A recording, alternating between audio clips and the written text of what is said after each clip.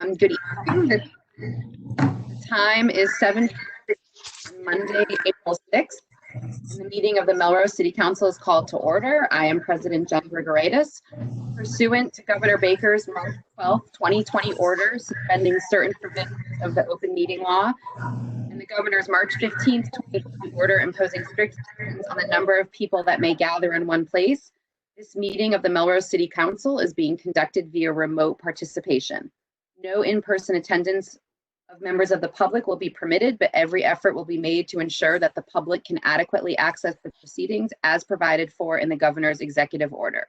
A recording of this meeting will be posted on mmtv3.org and cityofmelrose.org as soon as possible following its conclusion. Will the clerk please call the roll? Councilor Sinella. Can you unmute your mic quick? Councilor Eccles. Here. Councilor Garapay. Here. Councilor Jamaluddin. Councilor McMaster. Here. Councilor McNaught. Here. Councilor Migliarelli. Here. Councilor Stewart. Here. Councilor Thomas. Here. Councilor Tramontosi. Here. President Grigoritis. Here. 11 present. Right, so we have 11 members present, which is the necessary quorum, so the council may proceed. Councilor Sinella, did you have a motion for meeting minutes? Madam President, I have before me the full council minutes from January 13th, 21st, February 10th, and the 24th, and March 9th, and I move to enter them into the record without reading. We have a motion from Councilor Sinella, seconded by Councilor Tramontosi to enter the meeting minutes into the record. Is there any discussion? Okay, seeing none. Madam Clerk, can you please call the roll? Councilor Sinella. Yes. Councilor Eccles. Yes. Councilor Garapay. Yes. Councilor Jamaluddin. Yes. Councilor McMaster. Yes. Councilor McNaught. Yes. Councilor Migliarelli. Yes. Councilor Stewart. Yes. Councilor Thomas. Yes. Councilor Tramontosi. Yes. President Grigoritis. Yes. Unanimous. Okay, we have 11 yes, so the motion passes. At this time, we're going to move to public comment, which is where any member of the public wishing to speak regarding any item on tonight's agenda may do so. And just for those following along at home and my fellow councilors, I want to clarify how public comment is working in this format. We have encouraged members of the public to email citycouncil@cityofmelrose.org in advance if they plan to speak. And the city clerk has a list of residents that have indicated they would like to do so and will then queue them accordingly to speak. If you are watching from home and have not indicated that you would like to speak but wish to do so, please utilize the chat feature in WebEx to let us know that. If you have difficulty using that feature but would like to speak, please send an email to citycouncil@cityofmelrose.org for real-time tech assistance. At this time, I'll entertain a motion to enter into public comment. Motion to open public comment. We have a motion made by Councilor Stewart, seconded by Councilor Migliarelli to enter into public comment. Madam Clerk, can you please call the roll? Sinella. Yes. Eccles. Yes. Garapay. Yes. Jamaluddin. Yes. McMaster. Yes. McNaught. Yes. Migliarelli. Yes. Stewart. Yes. Thomas. Yes. Tramontosi. Yes. Grigoritis. Yes. Unanimous. Thank you. We have entered into public comment. Madam Clerk, can you please cue the public commenters? Yes, the first public comment will be given by Gina McNeil. Ms. McNeil, I'm making you a panelist right now. Give us a minute for it to display.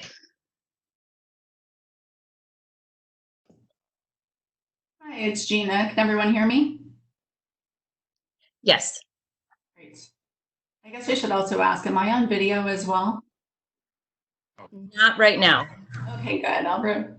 Good to know in terms of making funny faces. Thank you, everyone, for. Can you just give your address for the record also? Sure. Just like a normal comment. Thank you. Absolutely. So Gina McNeil of 97 Maple Street in Melrose. And I'm here this evening to comment about the resolution to amend the state bottle deposit law. First, I just want to thank the council for putting forth this resolution.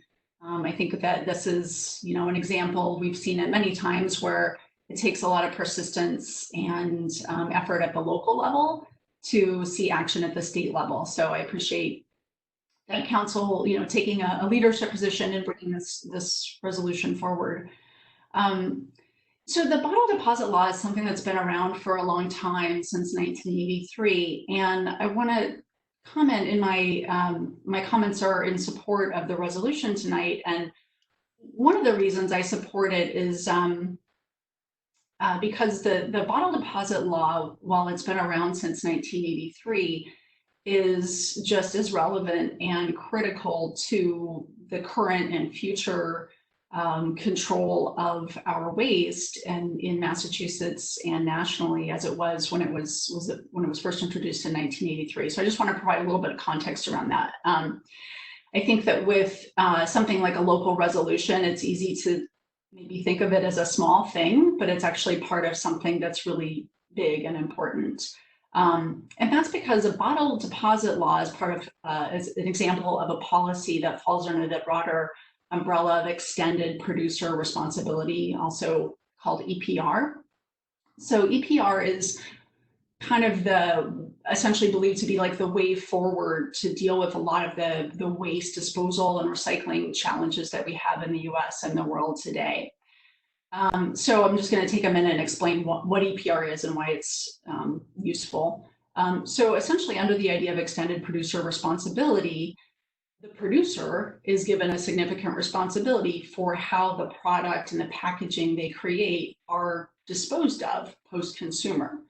So right now, with the exception of bottle deposit laws, there's essentially no responsibility put on producers of products about how their products can be disposed of. So that's why we have lots of products that can't be recycled or reused really at all. There's no processes for doing that. We have excess packaging that then can't be recycled in our curbside programs. There's really sort of unfettered producer leeway on how they do this. And what's happened is that as we're getting more and more of this material produced, the cost of disposals, all along, the cost of disposal has been borne by us, right? The local municipality and the taxpayer that's funding that municipality. And what we're seeing now is more and more products being produced, often highly disposable products that have short lifespans and create even more waste. And we're also seeing the cost of waste disposal go up quite significantly. So I'm sure everyone's seen how recycling programs are getting more and more expensive. Some municipalities can't even afford them anymore. Same is happening with trash and landfill and incineration costs in Massachusetts and around the country. And we know that in Melrose, when our contract with JRM is up next year, we're going to see, it's almost guaranteed, we're going to see a significant increase in the cost of our trash to be incinerated and our recycling program to take it. So we kind of have this situation where without laws like better deposit laws and broader extended producer responsibility, we're going to have producers making more and more products that create more and more trash, and our costs are going to keep going up significantly. So really we've gotten to this point where we really have to act as a country at every level to do something about it. And that's really where EPR comes in. Producers or consumers and policymakers need to push producers to take responsibility for the waste that their products create. And just to point out an example of that, some of you may be familiar with federal legislation that our own Congresswoman Katherine Clark unveiled back in February of 2020 called the Break Free from Plastic Pollution Act. which, and I quote, will shift the burden of waste to where it belongs, on the corporations that produce this waste. And bringing it back to tonight's agenda, one of the key points in this legislation is a 10-cent national refund or national deposit program for all beverage containers. So any type of material, no matter what's in that container, 10-cent refund on it. So I mentioned this as an example to say that bottle deposit laws are just as important and just as relevant today as they were when ours was first introduced in Massachusetts in 1983. And we know that the policy in Massachusetts works, right? Over the 37 years that it's been around, it has literally diverted billions of containers from landfill and being littered. So we know this policy works. It just needs to be modernized to fit the kinds of beverages that we have today. When it was introduced in 1983, and this law has not changed since 1983, there just weren't plastic water bottles and NIPS containers being sold by the millions in Massachusetts every year. So again, I really commend the council, and I hope that you'll vote tonight to pass on this resolution. It's a small part of what is really a big and important solution that we need in the state and in the nation today. So thank you. Thank you. Madam Clerk. Next up is Mr. Stubbs.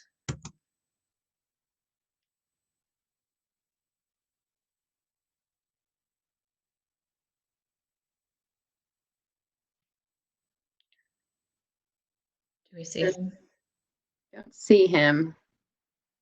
Let's try that again.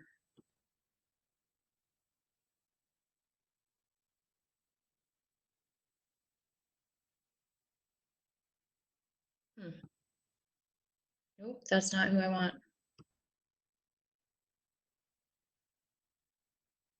Sorry, Ed.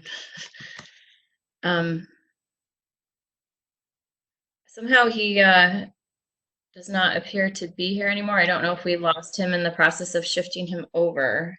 Amy, I see he has a square. Oh, he got there? Okay, it just was like really slow. Okay. Hold on. Yeah, he should be here. Okay, sorry about that. I think it's just really delayed. Okay, I think his mic is muted. There we go. Okay. Sorry Mr. about that, Mr. Stubbs. You hear me now? Yes. Okay, thank you. Yes, my name is George Stubbs, and I live at 111 Warwick Road here in Melrose. I'd like to thank the council for the opportunity to voice my support for a resolution in favor of amending the bottle redemption law in Massachusetts. In my experience, there have been a variety of claims made by those who oppose expanding the bottle redemption law, but two general categories of claims seem to come up over and over again. One, that the bottle redemption law that exists today is archaic. Two, that we now have curbside recycling programs to handle polyethylene terephthalate or PET bottles, which is what, as I understand it, an expansion of the bottle redemption law would be primarily designed to address. With regard to claim one, it's not clear, to me anyway, what is meant by archaic. As Ms. McNeil pointed out, our bottle redemption law here in the state has been in force for quite some time, to be sure, but it is working. The bottles covered under the existing law are returned to retailers at high rates or making their way into curbside bins and are not littering our roadsides, fields, parks, and waterways.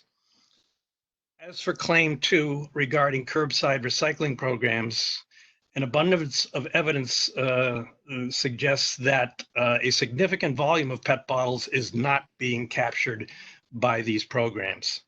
To take one example of this evidence, in its recently released 2020 State of Curbside Recycling report, the Recycling Partnership, that's a national partnership that serves to help boost and support the improvement of curbside recycling programs.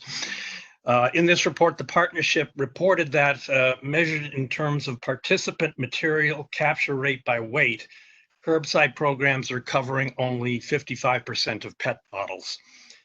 Measured in another way, in terms of whole city capture rate by material weight, that capture rate as the recycling partnership found it for PET bottles, is about 40%.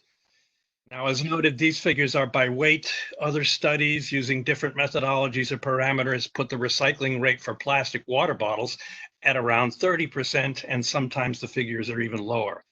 The bottom line here is that a very large number of plastic bottles are not captured by our recycling system as it is currently structured. I've sort of focused my remarks here now on the litter problem. Other studies show that recycling PET bottles at a higher rate would have other environmental benefits, such as reduced energy use and greenhouse gas emissions. The point is something needs to be done to substantially improve our recycling system as it relates to PET bottles, and bottle redemption laws have proven to work. Thank you. Thank you, Mr. Stubbs. Madam Clerk, do we have anyone else in the queue? We had another resident indicating their interest in speaking, but I do not see them in the queue. Okay. Do we have anyone else who's indicated their wish to speak in public comment?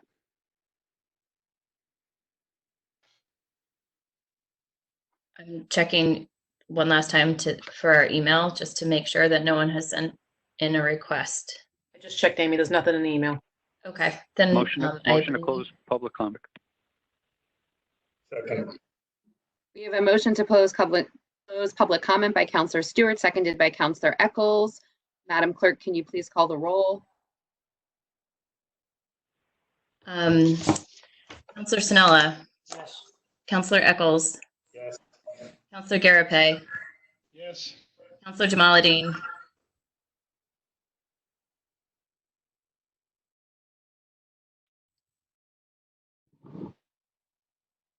Councillor Jamaluddin, can you unmute your mic?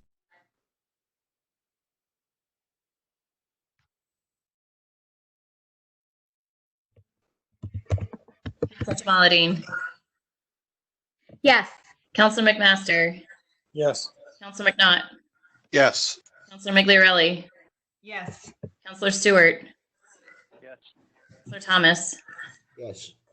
Councillor Trementozzi, Yes. President Grigoritis, Yes. 11 yes. Madam President, 11 yes? Yes. at this time, I would make a motion to add the citizen correspondence that we received relative to this order number 2020-66 to the record.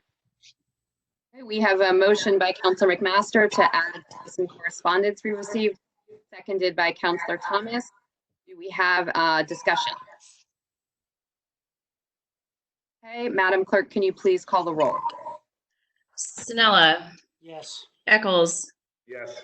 Garapay, Yes. Jamaluddin, Yes. McMaster, Yes. McNaught, Yes. Migliarelli, Yes.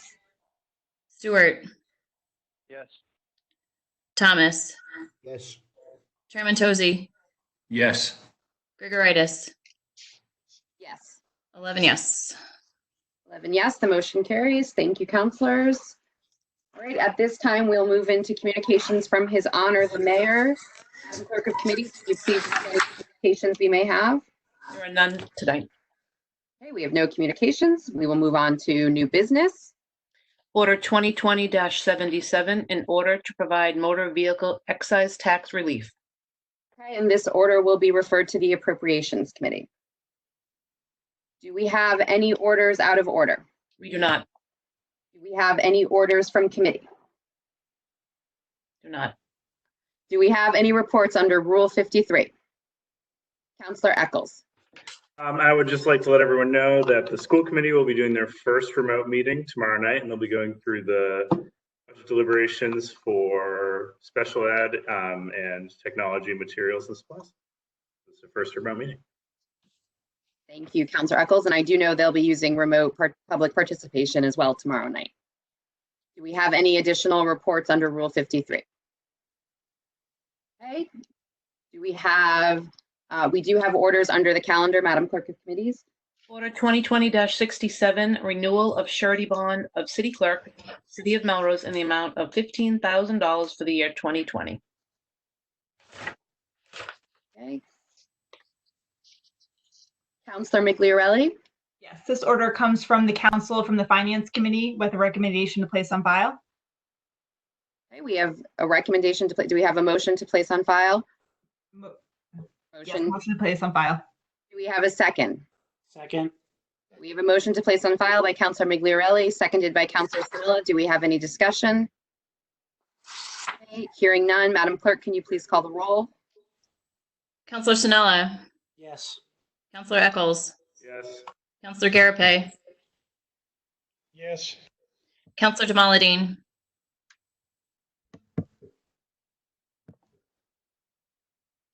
yes.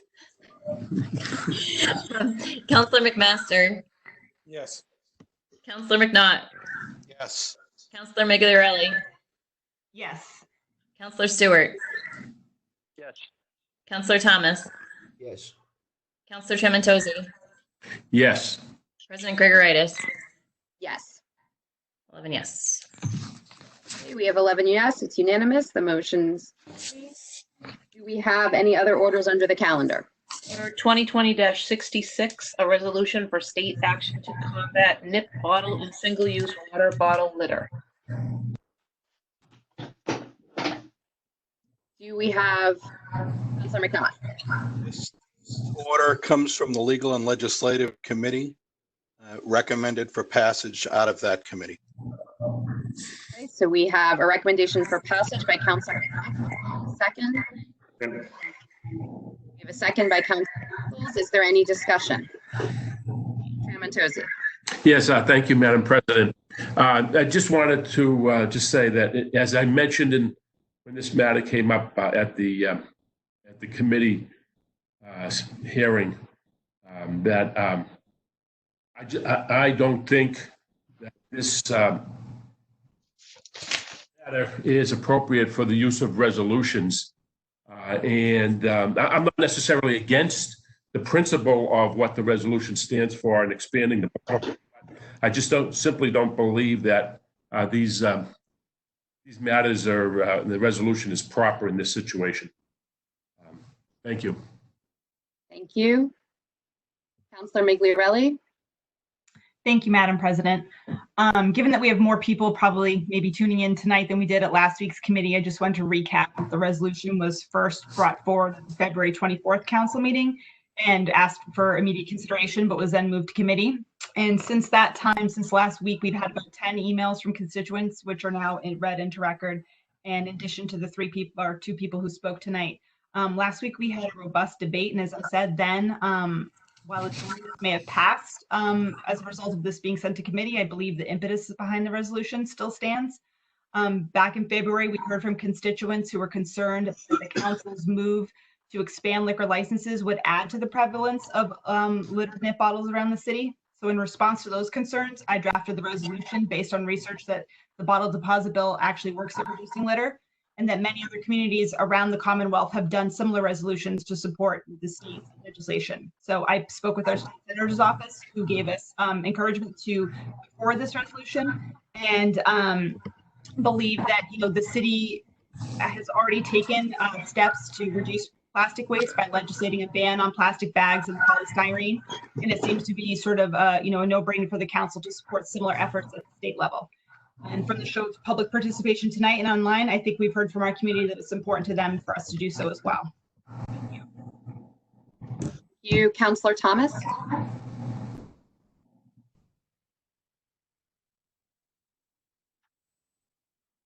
Sorry about that. Thank you, Madam President. I was happy to co-sponsor this resolution, and I wanted to thank Councilor Migliarelli for drafting it. Sorry, there's some feedback there. The amount of public support in favor of this resolution made it clear that we as a city, state, country, and a global community need to do a better job reducing wasteful practices, and we should be rather embracing sustainability. I believe that by adding a deposit to single-use plastic water bottles and small amount 50 milliliter nip bottles, we will be encouraging recycling. As Green Melrose stated previously, before in front of the city council, 80% of bottles that have a deposit on them are more likely to be recycled than those without. So I'm going to this resolution. Thank you. Thank you. Do we have any other discussion? Okay, Madam Clerk, can you please call the roll? Counselor Sinella, Yes. Counselor Eccles, Yes. Counselor Garapay, Yes. Counselor Jamaluddin, Yes. Counselor McMaster, No. Counselor McNaught, Yes. Counselor Migliorelli, Yes. Counselor Stewart, Yes. Counselor Thomas, Yes. Counselor Trementosi, No. President Gregoritis, Yes. 9 yes.